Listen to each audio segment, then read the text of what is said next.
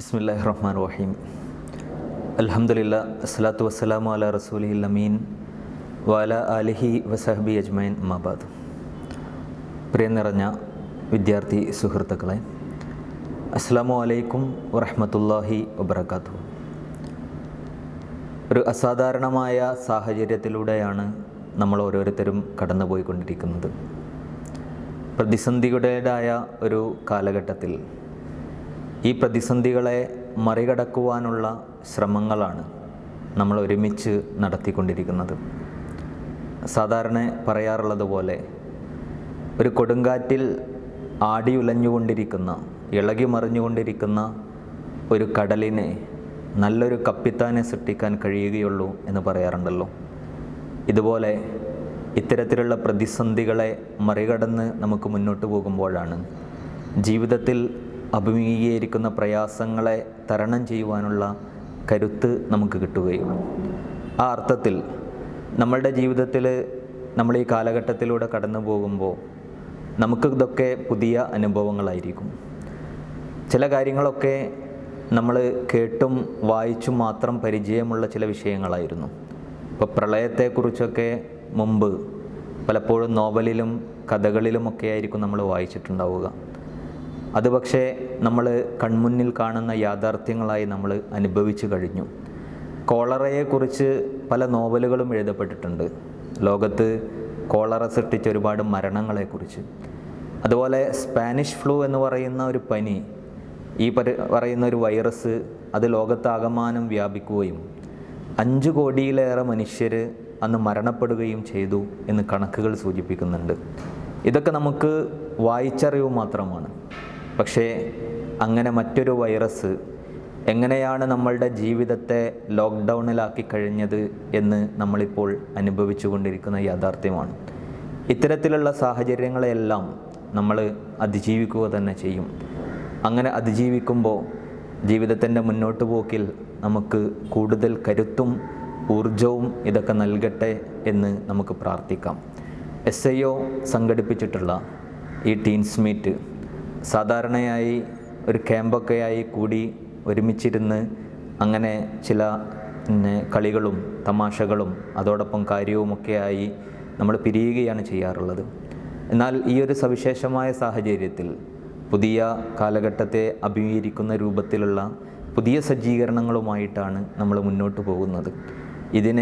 ഇതിൻ്റേതായ രീതിയിൽ അതിനെ ഉപയോഗപ്പെടുത്തുവാൻ നമുക്ക് കഴിയേണ്ടതുണ്ട്. ഇസ്ലാമിക ജീവിതം എങ്ങനെ ആസ്വദിക്കാം, അല്ലെങ്കിൽ ഇസ്ലാമിക ജീവിതം ആസ്വദിക്കാം എന്ന വിഷയവുമായി ബന്ധപ്പെട്ട ഏതാനും കാര്യങ്ങൾ മാത്രമാണ് നിങ്ങളുടെ മുന്നിൽ ഞാൻ സൂചിപ്പിക്കാൻ ഉദ്ദേശിക്കുന്നത്. നമുക്കറിയാം, ഇസ്ലാം എന്ന് കേൾക്കുമ്പോൾ, അല്ലെങ്കിൽ അതിന് നമ്മളൊരു മതം എന്ന അർത്ഥത്തിലാണല്ലോ മനസ്സിലാക്കാറുള്ളത്. എന്നാൽ മതത്തെക്കുറിച്ച് കേൾക്കുമ്പോഴൊക്കെ പലരും പറയുന്ന ചില കാര്യങ്ങളുണ്ടാവും, അല്ലെങ്കിൽ നമ്മളിൽ ചില ആളുകൾ തന്നെ ആലോചിക്കുന്നൊരു കാര്യം ഉണ്ടാവും. മതം എന്നൊക്കെ പറഞ്ഞാൽ അതൊരു പഴഞ്ചൻ ഏർപ്പാടല്ലേ, ഒരു പഴയ കാര്യമല്ലേ? ഈ ആധുനിക സാങ്കേതിക വിദ്യകളൊക്കെ ഒരുപാട് വികസിച്ച ഈ ഒരു ലോകത്ത് ഈ പഴയ 6-ാം നൂറ്റാണ്ടിൽ ഇറങ്ങിയ ഒരു ആശയത്തിന് എന്ത് പ്രസക്തിയാണുള്ളത് എന്നൊക്കെ പലരും ചോദിക്കുന്നതും എഴുതുന്നതും പറയുന്നതൊക്കെ നമ്മൾ കേട്ടിട്ടുണ്ടാവും. എന്നാൽ ഇത് എങ്ങനെയാണ് നമ്മളെ സ്വാധീനിക്കുന്നത് എന്നതുകൂടി നമ്മൾ ആലോചിച്ച് നോക്കേണ്ടതുണ്ട്. വൈക്കം മുഹമ്മദ് ബഷീറിനെ കുറിച്ച് നമ്മൾ കേട്ടിട്ടുണ്ടാവും. വൈക്കം മുഹമ്മദ് ബഷീർ അറിയപ്പെടുന്ന എഴുത്തുകാരനാണ്. അദ്ദേഹത്തിൻ്റെ വീട്ടിലിങ്ങനെ വലിയ സാഹിത്യകാരന്മാരൊക്കെ വന്നിരിക്കാറുണ്ടായിരുന്നു. അങ്ങനെ ഒരു ദിവസം അവരിങ്ങനെ ഇരുന്ന് വർത്തമാനം പറയുന്നതിനിടയിൽ അതിലൊരു ആൾ ചോദിക്കുന്നുണ്ട് വൈക്കം മുഹമ്മദ് ബഷീറിനോട്, താങ്കൾ മതവിശ്വാസിയാണോ എന്ന് ചോദിച്ചു. അപ്പോൾ വൈക്കം മുഹമ്മദ് ബഷീർ പറഞ്ഞു, അതെ, ഞാൻ മതത്തിൽ വിശ്വസിക്കുന്നുണ്ട്. താങ്കൾ ഇസ്ലാം മതത്തിൽ വിശ്വസിക്കുന്നുണ്ടോ എന്ന് ചോദിച്ചു. അപ്പോൾ അതെ, ഞാൻ ഇസ്ലാം മതത്തിൽ വിശ്വസിക്കുന്നുണ്ട് എന്ന് പറഞ്ഞു.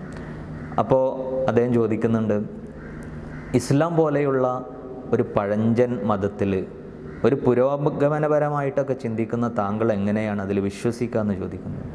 അപ്പം അതിന് വൈക്കം മുഹമ്മദ് ബഷീർ പറഞ്ഞൊരു മറുപടി ഉണ്ട്. നിങ്ങൾ സൂര്യനെ കണ്ടിട്ടില്ലേ? എന്നും രാവിലെ പുലരിക്ക് സൂര്യൻ ഉദിച്ചു വരുന്ന ആ സൗന്ദര്യത്തെക്കുറിച്ച് നിങ്ങൾ എത്ര എഴുതാറുണ്ട്? ആ സൂര്യൻ്റെ വെളിച്ചത്തിലാണല്ലോ നമ്മളൊക്കെ പരസ്പരം കാണുകയും അതുപോലെ തന്നെ ജീവിതത്തിലൂടെ മുന്നോട്ട് പോവുകയും ചെയ്യുന്നത്. പക്ഷേ ഈ സൂര്യൻ എത്ര പഴയതാണ്. അങ്ങനെ പഴയ ഒരു സൂര്യൻ ഈ സൂര്യന് ഇന്ന് എന്ത് പ്രസക്തിയാണുള്ളത് എന്ന് നമ്മളാരും ചോദിക്കാറില്ലല്ലോ. ഇതുപോലെയാണ് ഇസ്ലാം എന്ന് പറയുന്നതും. വൈക്കം മുഹമ്മദ് ബഷീറിൻ്റെ ആ ഒരു മറുപടി നമ്മൾ ചിന്തിക്കേണ്ട ഒരു കാര്യം കൂടിയാണ്. കാരണം ഇസ്ലാം എന്ന് പറയുന്നത് അത് പഴഞ്ചനാണ് എന്ന് പറയുന്നത് എന്തുകൊണ്ടാണ്, അല്ലെങ്കിൽ മതത്തെക്കുറിച്ച് അങ്ങനെ പറയുന്നത് എന്തിനാണ്? മനുഷ്യന്മാരുണ്ടാക്കുന്ന കാര്യങ്ങൾക്കാണല്ലോ ഈ പഴമയും പുതുമയും ഒക്കെ ഉണ്ടാകുന്നത്. സൂര്യനെ പോലെ, ചന്ദ്രനെ പോലെ, ആകാശത്തെയും ഭൂമിയെയും പോലെ ദൈവികമാണ് ഇസ്ലാം എന്ന് പറയുന്നത്. അതുകൊണ്ട് മനുഷ്യൻ്റെ തുടക്കം മുതൽ ഇസ്ലാമുണ്ട്. അള്ളാഹുവിനാണല്ലോ നമ്മളെക്കുറിച്ച് ഏറ്റവും നന്നായി അറിയുന്നത്. കഴിഞ്ഞുപോയ കാലത്തെക്കുറിച്ചും വരാനിരിക്കുന്ന കാലത്തെക്കുറിച്ചുമെല്ലാം കൃത്യമായി അറിയുന്നത് അള്ളാഹുവിന് മാത്രമാണ്. അതുകൊണ്ട് ആ കാലത്തെക്കുറിച്ചൊക്കെ ഏറ്റവും നന്നായി അറിയുന്നവനാണ് ആ കാലത്തെ മനുഷ്യർക്ക് വേണ്ട ആശയങ്ങളും അതുപോലെ തന്നെ നിയമങ്ങളും നൽകേണ്ടത്. ആ നിയമങ്ങളും ആശയങ്ങളുമാണ് ഇസ്ലാം. അപ്പോൾ ഈ ബോധമാണ് ഒന്നാമതായി നമ്മളുടെ മനസ്സിലുണ്ടാവേണ്ടത്. അപ്പോഴാണ് നമ്മൾ വിശ്വസിച്ചിരിക്കുന്ന ഈ ഒരു മതത്തെയും ആശയത്തെയും കുറിച്ചൊരു അഭിമാനം നമുക്കുണ്ടാവുകയുള്ളൂ. അതായത് ഇതത്ര ചെറിയൊരു സംഗതിയല്ല, ഇത് ദൈവികമായൊരാശയമാണ്, ഇത് എല്ലാ കാലത്തും പ്രസക്തമാണ്. ഈ ബോധമാണ് ഒന്നാമതായി നമ്മളുടെ മനസ്സിൽ ഉറക്കേണ്ടത്. രണ്ടാമത്തെ കാര്യമെന്ന് പറയുന്നത് അള്ളാഹുവെക്കുറിച്ചുള്ള ചിന്തയാണ്, അല്ലെങ്കിൽ അള്ളാഹുവെക്കുറിച്ചുള്ള മനസ്സിലാക്കലാണ്. എങ്ങനെയാണ് അള്ളാഹുവിനെ മനസ്സിലാക്കുക എന്ന് പറഞ്ഞാൽ, അതായത് അള്ളാഹുവാണ് ഈ പ്രപഞ്ചത്തെ മുഴുവൻ സൃഷ്ടിച്ചത്. അള്ളാഹുവിനാണ് ഈ പ്രപഞ്ചത്തിലുള്ള എല്ലാ ശക്തികളെക്കാളും കഴിവുള്ളത്. നമ്മളുടെയൊക്കെ ജീവിതത്തിൽ ഒരുപാട് കഴിവുള്ള മനുഷ്യന്മാരോട് നമുക്ക് വല്ലാത്തൊരു സ്നേഹം തോന്നും, അല്ലെങ്കിൽ ബഹുമാനം തോന്നും. ഇപ്പോൾ ഓരോ മേഖല എടുത്ത് നോക്കിയാൽ നമ്മൾ ആലോചിച്ച് നോക്കുക. ഇപ്പോൾ സ്പോർട്സിൽ, ഇപ്പോൾ ഫുട്ബോൾ മേഖലയിൽ നല്ല കളിനെ കാഴ്ചവെക്കുന്ന ആളുകളെ, നല്ല കളിക്കാരെ നമുക്ക് ഇഷ്ടമുണ്ടാവും. ഇപ്പോൾ മെസ്സിയെ ഇഷ്ടപ്പെടുന്നവർ, റൊണാൾഡോയെ ഇഷ്ടപ്പെടുന്നത്, നെയ്മറിനെ ഇഷ്ടപ്പെടുന്നവർ, ഇങ്ങനെ പലരെയും ഇഷ്ടപ്പെടുന്നവരുണ്ടാവും. അവരെയൊക്കെ ഇഷ്ടപ്പെടുന്നത് എന്തുകൊണ്ടാണ്? അവർ മികച്ച കളിക്കാരാണ്. അതുകൊണ്ട് അവർ ഗോളടിക്കുമ്പോൾ, അവരുടെ ടീം വിജയിക്കുമ്പോൾ നമ്മൾ സന്തോഷിക്കാറുണ്ട്. കാരണം അവരുടെ കഴിവ് അവർ പ്രകടിപ്പിക്കുന്നത് കാണുമ്പോൾ നമുക്കൊരു പ്രത്യേക ആനന്ദം തോന്നുകയാണ്. അതുപോലെ തന്നെ നല്ല അഭിനയ മികവുള്ള ആളുകളുണ്ടാവും. ഇപ്പോൾ സിനിമാ മേഖലയിലുള്ള മമ്മൂട്ടിയെയും മോഹൻലാലിനെയും ദുൽഖറിനെയും ഫഹദിനെയും ഒക്കെ ഇഷ്ടപ്പെടുന്നവരുണ്ടാവും. കാരണം എന്താണ്? അവരുടെ അഭിനയം കണ്ടുകൊണ്ട്, അവരുടെ കഴിവ് കണ്ടുകൊണ്ട് നമുക്കൊരു പ്രത്യേകമായ ബഹുമാനം അവരോട് തോന്നുകയാണ്. എന്നാൽ ആലോചിച്ച് നോക്കുക, ഈ പറയുന്ന മെസ്സിയെയും റൊണാൾഡോനെയും മമ്മൂട്ടിയെയും മോഹൻലാലിനെയും ഒക്കെ പടച്ച, അവർക്ക് ഈ കഴിവുകളൊക്കെ നൽകിയ, ഈ പ്രപഞ്ചത്തിലെ ഏതൊരു മനുഷ്യനേക്കാളും കഴിവും അതുപോലെ തന്നെ ശക്തിയുമുള്ള അള്ളാഹുവിലാണല്ലോ നമ്മൾ വിശ്വസിച്ചിട്ടുള്ളത്. അപ്പോൾ അള്ളാഹുവിനോട് നമ്മൾ എത്ര ബഹുമാനവും ഇഷ്ടവും നമ്മളുടെ മനസ്സിൽ കാത്തു സൂക്ഷിക്കണം. നമ്മളുടെ ചുറ്റും കാണുന്ന ഒരുപാട് കാഴ്ചകളുണ്ട്. ആ കാഴ്ചകളൊക്കെയും അള്ളാഹുവിൻ്റെ കഴിവുകൾ അതിലൊക്കെ ഒളിഞ്ഞിരിക്കുന്നുണ്ടാവും. ആ കഴിവുകൾ കാണുമ്പോൾ നമുക്ക് സന്തോഷം തോന്നേണ്ടതില്ലേ? നമ്മൾ ഇഷ്ടപ്പെടുന്നൊരു കളിക്കാരൻ ഗോളടിക്കുമ്പോൾ നമ്മൾ എത്ര ആനന്ദിക്കുന്നുണ്ടോ, അതിലേറെ ആനന്ദം തോന്നേണ്ട ഒരുപാട് കാഴ്ചകൾ ചുറ്റും നമ്മൾ കണ്ടുകൊണ്ടിരിക്കുന്നുണ്ട്.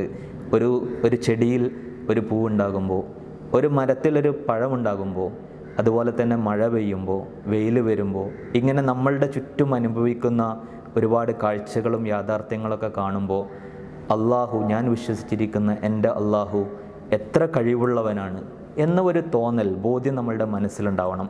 അപ്പോൾ ഉണ്ടാകുന്ന ഒരു സംഗതി എന്ന് പറയുന്നത്, നമ്മളുടെ ജീവിതത്തിലൊക്കെ ഒരുപാട് പ്രയാസങ്ങളും പ്രശ്നങ്ങളും വരുമ്പോൾ ഈ പ്രശ്നങ്ങളും പ്രയാസങ്ങളുമൊക്കെ അള്ളാഹു വിചാരിച്ചാൽ പരിഹരിക്കാൻ കഴിയും. അവൻ വിചാരിച്ചാൽ പരിഹരിക്കാൻ കഴിയാത്തൊരു പ്രശ്നവും എൻ്റെ ജീവിതത്തിൽ ഉണ്ടാവില്ല. ഈ ഒരു തോന്നൽ നമ്മളുടെ മനസ്സിൽ ഉറച്ചാൽ ജീവിതം വളരെ സന്തോഷത്തോടെ മുന്നോട്ട് കൊണ്ടുപോകാൻ കഴിയും. അപ്പോഴാണ് നമുക്ക് നമ്മൾ ചെയ്യുന്ന നന്മകളിലൊക്കെ ഒരു സന്തോഷം കണ്ടെത്താൻ കഴിയുകയുള്ളൂ. നമ്മളിപ്പോൾ നമസ്കരിക്കാറുണ്ടാവും, അതുപോലെ കുറേ നന്മകളൊക്കെ നമുക്ക് ചെയ്യുന്നുണ്ടാവും. പക്ഷേ അങ്ങനെ ചെയ്യുമ്പോഴൊന്നും നമുക്ക് അതിൽ പ്രത്യേക സന്തോഷമൊന്നും ചിലപ്പോൾ തോന്നുന്നുണ്ടാവില്ല. കാരണം ഒന്നുകിൽ ഉപ്പയും ഉമ്മയും പറഞ്ഞുകൊണ്ട് നമസ്കരിക്കായിരിക്കും, അല്ലെങ്കിൽ ഉസ്താദുമാരെന്ത് പറയും, അല്ലെങ്കിൽ കൂട്ടുകാരെന്ത് പറയും എന്നൊക്കെ വിചാരിച്ചിട്ടായിരിക്കും നമ്മൾ നമസ്കരിക്കുന്നുണ്ടാവുക. പക്ഷെ അങ്ങനെയല്ലല്ലോ നമ്മൾ നമസ്കരിക്കേണ്ടത്. മറിച്ച് നമസ്കരിക്കുമ്പോൾ നമുക്ക് തോന്നേണ്ട ഒരു കാര്യം എന്താണ്?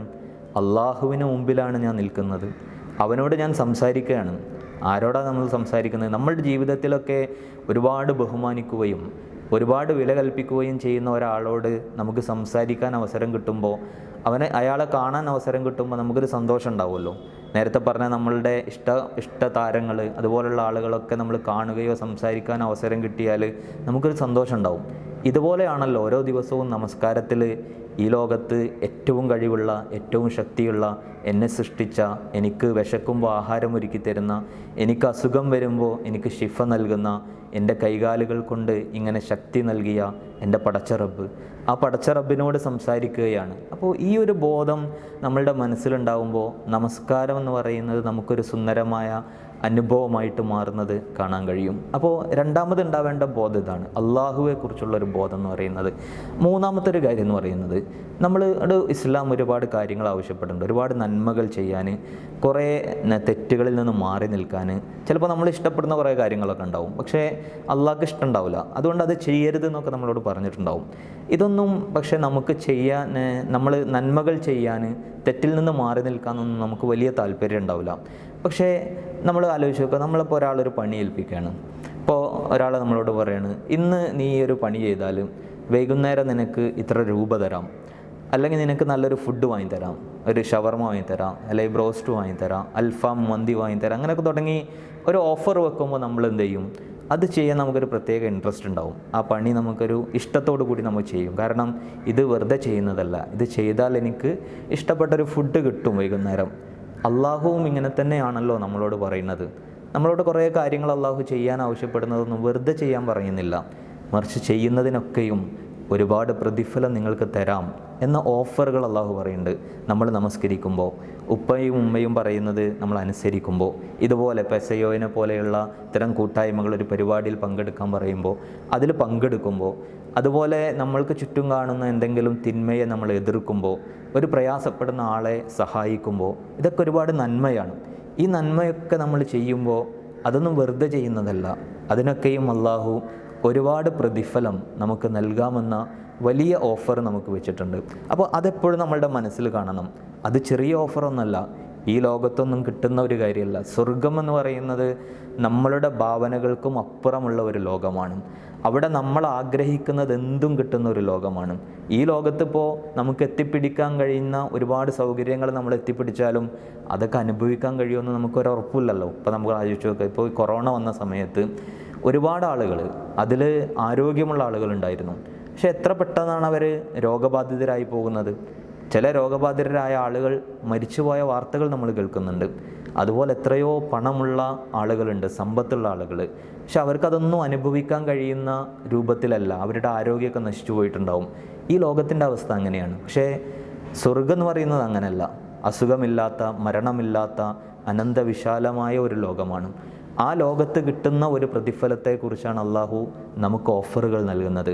അതുകൊണ്ട് നമ്മൾ ചെയ്യുന്ന നന്മകളിലൊക്കെ ഒരു സന്തോഷവും ആനന്ദവും എപ്പോഴും നമുക്ക് അനുഭവിക്കാൻ കഴിയണം.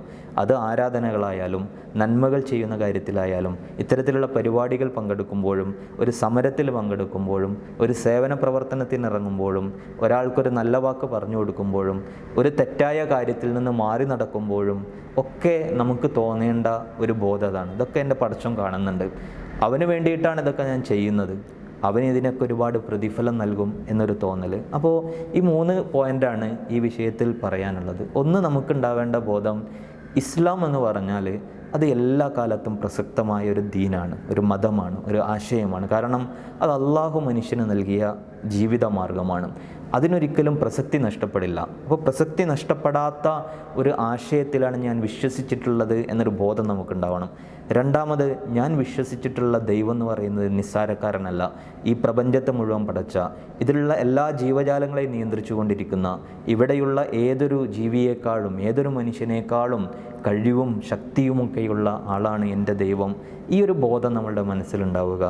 മൂന്നാമത്തെ ഒരു കാര്യം എന്ന് പറയുന്നത്, നമ്മൾ ചെയ്യുന്ന എല്ലാ കൊച്ചു കൊച്ചു നന്മകൾക്ക് പോലും അള്ളാഹു നമുക്ക് ഒരുപാട് പ്രതിഫലം നൽകും എന്ന ഒരു ചിന്ത എപ്പോഴും നമ്മളുടെ മനസ്സിലുണ്ടാവേണ്ടതുണ്ട്. നമ്മളൊക്കെയും വിദ്യാർത്ഥികളാണ്. വിദ്യാർത്ഥികളെന്ന് പറഞ്ഞാൽ അറിവ് നേടുന്ന ആളുകളാണ്.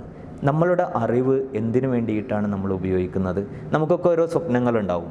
നമ്മളിപ്പോൾ അങ്ങനെ ആലോചിക്കുന്നുണ്ടാവും, ഓരോരുത്തരും 10ാം ക്ലാസ്സിൽ നല്ല മാർക്കോട് കൂടി പാസ്സാവണം, +2-ന് ഇഷ്ടപ്പെട്ടൊരു വിഷയത്തിൽ ചേരണം, അങ്ങനെ ഡിഗ്രിയും PGയും ഒക്കെ കഴിഞ്ഞ് നല്ല രീതിയിലൊരു ജോലി കിട്ടണം, നല്ലൊരു സ്റ്റാറ്റസ് ഉണ്ടാവണം, ഒരു കുടുംബം ഉണ്ടാവണം. ഇതൊക്കെ നമ്മളുടെ സ്വപ്നങ്ങളായിരിക്കും. ഇതൊക്കെ ഉണ്ടാവണം. ഓരോരുത്തർക്കും ഇത്തരത്തിലുള്ള ആഗ്രഹങ്ങളും കരിയറിനെ കുറിച്ചുള്ള സ്വപ്നങ്ങൾ ഒക്കെ ഉണ്ടാവണം. പക്ഷെ ഇത് മാത്രമായി പോകാൻ പാടില്ല. കാരണം എന്താണ്? നമ്മളുടെ ജീവിതത്തെക്കുറിച്ച് നമ്മൾ ആലോചിക്കുമ്പോൾ നമ്മളെക്കുറിച്ച് മാത്രം ആലോചിക്കരുത്, നമ്മളുടെ ചുറ്റുപാടുമുള്ള ആളുകളെക്കുറിച്ച് കൂടി ആലോചിക്കണം. ഞാൻ നേടിയ അറിവ്, ഞാൻ നേടുന്ന കഴിവ്, അതുകൊണ്ട് വേറെ ചില ആളുകൾക്ക് കൂടി പ്രയോജനം ചെയ്യണം എന്ന ചിന്തയാണ് എപ്പോഴും നമ്മളിൽ ഉണ്ടാവേണ്ടത്. ഇപ്പോൾ നമ്മൾ പാഠപുസ്തകത്തിൽ 1-ാം ക്ലാസ് മുതൽ 10-ാം ക്ലാസ് വരെ പഠിച്ചപ്പോൾ ഇന്ത്യയെക്കുറിച്ച് നമ്മൾ പഠിച്ചിട്ടുണ്ടാവും. മനോഹരമായൊരു ഇന്ത്യയെക്കുറിച്ചാണ് നമ്മൾ പഠിച്ചിട്ടുണ്ടാവുക. ഇതിൻ്റെ വൈവിധ്യത്തെക്കുറിച്ച്, സൗന്ദര്യത്തെക്കുറിച്ച്, ഇതിലെ ഭരണാധികാരികളെക്കുറിച്ച്, സ്വാതന്ത്ര്യ പോരാട്ടങ്ങളെക്കുറിച്ചൊക്കെ നമ്മൾ പഠിച്ചിട്ടുണ്ടാവും. പക്ഷേ ഇതല്ലാത്ത ഒരു ഇന്ത്യ നമ്മളുടെ വാർത്തകളിലൊക്കെ നമുക്ക് കാണാൻ കഴിയും. പട്ടിണി കിടക്കുന്ന ഒരുപാട് മനുഷ്യന്മാരുടെ ഇന്ത്യ. അതുപോലെ തന്നെ നമ്മൾ ലോക്ക്ഡൗൺ ആയപ്പോൾ നടന്ന് കിലോമീറ്ററുകൾ നടന്ന് കുഴഞ്ഞു വീണ് മരിച്ച ആളുകളെക്കുറിച്ച് നമ്മൾ കേൾക്കും. ചികിത്സ കിട്ടാതെ സ്വന്തം മകൻ കയ്യിൽ കിടന്ന് മരിച്ച ആളുകളുടെ വാർത്ത നമ്മൾ കേൾക്കുന്നുണ്ട്. അതുപോലെ CAA NRCയെ കുറിച്ചൊക്കെ നമ്മൾ കേട്ടിട്ടുണ്ടാവും. അതിൻ്റെ സമരങ്ങളിലൊക്കെ നമ്മൾ പങ്കെടുത്തിട്ടുണ്ടാവും. അതായത് കുറച്ച് ആളുകൾ, ഒരു വിഭാഗത്തിൽപ്പെട്ട ആളുകൾ ഈ രാജ്യത്ത് ജീവിക്കേണ്ടതില്ല എന്ന് ഭരണകൂടം തീരുമാനിക്കുകയാണ്. കശ്മീരിലൊക്കെയുള്ള ആളുകളെ അന്യായമായി അറസ്റ്റ് ചെയ്യുന്ന, വെടിവെച്ച് കൊല്ലുന്ന വാർത്തകൾ നമ്മൾ കേൾക്കുന്നുണ്ട്. അപ്പോൾ ഇതൊക്കെ നമുക്ക് ചുറ്റുമുള്ള ഒരുപാട് യാഥാർത്ഥ്യങ്ങൾ കൂടിയാണ്. അപ്പോൾ നമ്മൾ പാഠപുസ്തകത്തിൽ പഠിച്ചത് മാത്രമല്ല ലോകം, നമുക്ക് ചുറ്റും ഇങ്ങനെയുള്ള ഒരുപാട് ആളുകളുണ്ട്. അവർക്ക് വേണ്ടി കൂടി എന്തെങ്കിലുമൊക്കെ എനിക്ക് ചെയ്യാൻ കഴിയണം എന്ന ഒരു ബോധം നമുക്കുണ്ടാവണം. അത് നമുക്ക് ഒറ്റയ്ക്ക് ചെയ്യാൻ കഴിയില്ല.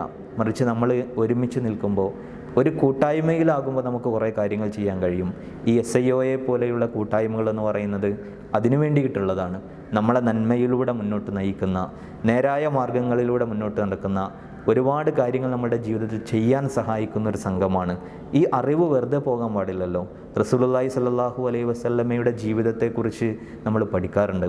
അദ്ദേഹം ജീവിച്ച മക്കയിൽ, അദ്ദേഹം നബിയാകുന്നതിന് മുമ്പ് അദ്ദേഹത്തിന് ചുറ്റും നടക്കുന്ന സംഭവവികാസങ്ങളിൽ വളരെ അസ്വസ്ഥത ഉണ്ടായിരുന്നു അദ്ദേഹത്തിന്.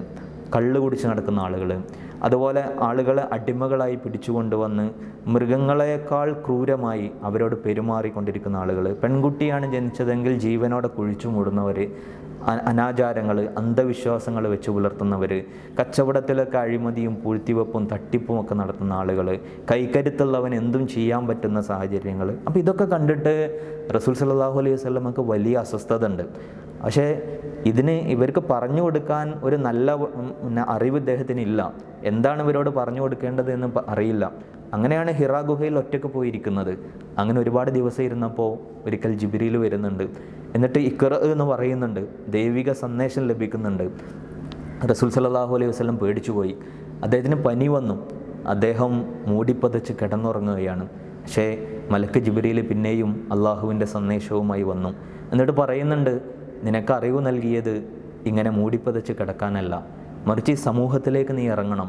നിനക്ക് കിട്ടിയ അറിവ് കൊണ്ട് ഈ സമൂഹത്തെ നീ നേരായ വഴിയിലേക്ക് നയിക്കണം, അവരെ തിന്മയിൽ നിന്ന് തടയണം.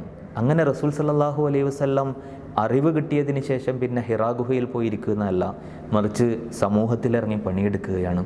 ഇതുപോലെയാണ് നമ്മളുടെയും അവസ്ഥയാവേണ്ടത്. നമ്മൾ ഒരുപാട് അറിവ് നേടിയിട്ടുണ്ട്, ഇനിയും ഒരുപാട് നേടാനുണ്ട്. നേടിയ അറിവുകളെല്ലാം നമ്മളുടെ കരിയറും നമ്മളുടെ ജീവിതവും സുന്ദരമാക്കാൻ വേണ്ടി മാത്രമല്ല, എനിക്ക് ചുറ്റുമുള്ള ജീവിതങ്ങളെ കൂടി സുന്ദരമാക്കണം. എൻ്റെ ജീവിതം കൊണ്ട് മറ്റൊരാളുടെ മുഖത്ത് പുഞ്ചിരി ഉണ്ടാക്കാൻ എനിക്ക് കഴിയണം. അതിന് നിങ്ങളെ സഹായിക്കുന്ന ഒരു സംഘമാണ് SIO എന്ന് പറയുന്നത്. ഇതിൻ്റെ കൂടെ നിങ്ങൾ ചേരുമ്പോൾ ഇസ്ലാമികമായ ഒരുപാട് അറിവുകൾ, അതുപോലെ തന്നെ നല്ല നന്മകൾ ചെയ്യുവാനുള്ള ഒരു കൂട്ടായ്മകൾ, നീതിക്ക് വേണ്ടി പോരാടുന്നൊരു സംഘം, സേവനത്തിന് വേണ്ടി പ്രവർത്തിക്കുന്നവർ, പരമാവധി സർവോപരി സ്നേഹത്തിൻ്റെയും സൗഹൃദത്തിൻ്റെയും ഒരു കൂട്ടായ്മയാണ് നിങ്ങൾക്ക് മുന്നിൽ ഇത് വെക്കുന്നത്. അതുകൊണ്ട് ധൈര്യമായി സന്തോഷത്തോടു കൂടി ഇതിൻ്റെ ഒപ്പം നിങ്ങൾക്ക് പോകാം. നിങ്ങൾ നേടിയ അറിവിനെ ഏറ്റവും കൂടുതൽ പ്രയോജനപ്രദമാക്കുവാൻ ഈ കൂട്ടായ്മകളിലൂടെ നിങ്ങൾക്ക് തീർച്ചയായും സാധിക്കും. ഇപ്പോൾ ചിലപ്പോൾ ചില മടിയും പ്രയാസങ്ങളൊക്കെ നമുക്ക് തോന്നും. പക്ഷേ കാലം ഒരുപാട് കഴിയുമ്പോൾ, നമുക്കൊക്കെ ഒരുപാട് പ്രായമാകുമ്പോൾ, നമ്മളുടെ ജീവിതത്തെക്കുറിച്ചൊന്ന് തിരിഞ്ഞു നോക്കുമ്പോൾ, ജീവിതത്തിലെ ഏറ്റവും സുന്ദരമായ വിദ്യാർത്ഥി കാലഘട്ടത്തിൽ എനിക്ക് ചുറ്റുമുള്ള ആളുകൾക്ക് വേണ്ടി ചിലതൊക്കെ ചെയ്യാൻ എനിക്ക് കഴിഞ്ഞു എന്ന് പറയുന്ന ഒരു സന്തോഷം തീർച്ചയായിട്ടും ഈ സംഘത്തോടൊപ്പം മുന്നോട്ട് പോകുമ്പോൾ നിങ്ങൾക്ക് അനുഭവിക്കാൻ കഴിയും. നിങ്ങൾക്ക് ആ അർത്ഥത്തിൽ ഇതിനെ മനസ്സിലാക്കിക്കൊണ്ട് മുന്നോട്ട് പോകാൻ ഈ ക്യാമ്പ്, ഈ പരിപാടി നിങ്ങൾക്ക് ഗുണം ചെയ്യട്ടെ എന്ന് പ്രാർത്ഥിച്ചുകൊണ്ട് ഞാൻ അവസാനിപ്പിക്കുകയാണ്. നമ്മളുടെ ഏറ്റവും നല്ല രീതിയിൽ നമ്മൾ നേടിയ അറിവുകൾ സമൂഹത്തിനും നമുക്കും വേണ്ടിയിട്ട് ഉപയോഗിച്ച് മുന്നോട്ട് പോകാൻ നമുക്ക് അള്ളാഹു തൗഫീക്ക് നൽകി അനുഗ്രഹിക്കുമാറാകട്ടെ. അള്ളാഹുവിൻ്റെ ദീനനുസരിച്ചുകൊണ്ട് എല്ലാ സമയത്തും മുന്നോട്ട് പോകാനുള്ളൊരു കരുത്ത് അവൻ നമുക്ക് നൽകി അനുഗ്രഹിക്കുമാറാകട്ടെ. എല്ലാ പ്രതിസന്ധികളെയും മറികടക്കാനുള്ള കരുത്തും ശേഷിയും അവൻ നമുക്ക് നൽകുമാറാകട്ടെ. റബ്ബന ആതിന ഫിദ്ദുനിയ ഹസന വഫിൽ ആഖിറതി ഹസനത വഖിന അദാബന്നാർ. ആമീൻ ആമീൻ ബിറഹ്മതിക യാ അർഹമർ റഹീമീൻ. വാഖിറു ദഅവാന അൽഹംദുലില്ലാഹി റബ്ബിൽ ആലമീൻ. അസ്സലാമു അലൈക്കും വറഹ്മത്തുള്ളാഹി വബറകാതുഹു.